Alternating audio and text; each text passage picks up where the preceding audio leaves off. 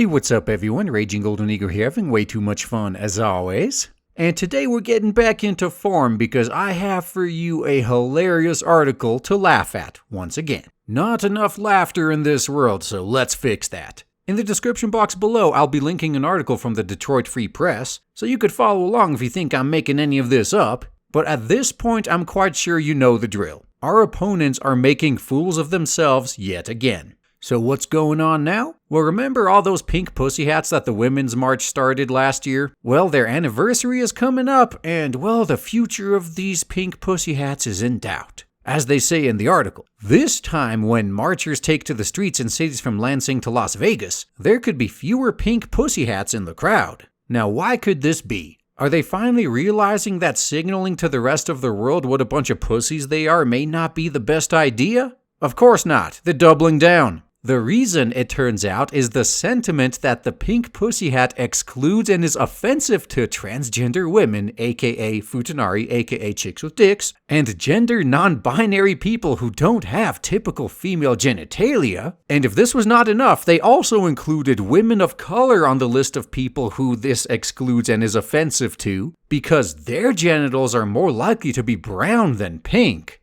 Man, as I keep saying, they are turning into their own parody right now. This is just like that South Park episode where they had the politically correct Christmas play and nobody liked it. That's basically what's going on here. Though it is pretty dang hilarious seeing our enemies eat themselves alive, I still can't keep the logical and helpful part of myself completely under control and just laugh. 'Cause reading that, all I could think of was, so the hell what? If you're offended by a pink pussy hat because your pussy happens to be brown, then just knit yourself a brown pussy hat. If you got a penis, then just duct tape a dildo to your head or something. This is the same insanity like people who actually stress over what pronouns to use when they're writing instructions or something. How about this? Author's choice. You want to use he? Use he. You want to use she? Use she. The fact that this is offensive to some people, that's what makes it both hilarious and scary at the same time. And the funny thing is, even in the article, they point out that the color pink was chosen for the hats because that's the color associated with femininity. Which I think is extra funny because aren't they specifically trying to smash the patriarchy and these gender norms? They're stereotyping themselves here, you know. If a group of guys were to stereotypically assign a group of women the color pink, you bet these same people would probably be flipping out.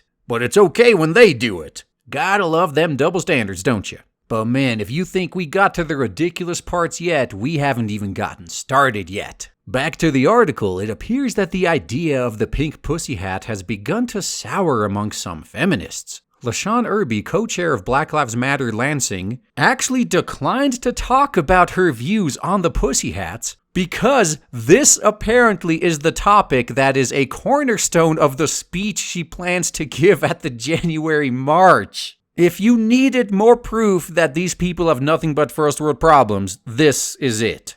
These pink pussy hats are such a big problem to this woman that they are a cornerstone of her planned speech. Wow, I just don't know what to say.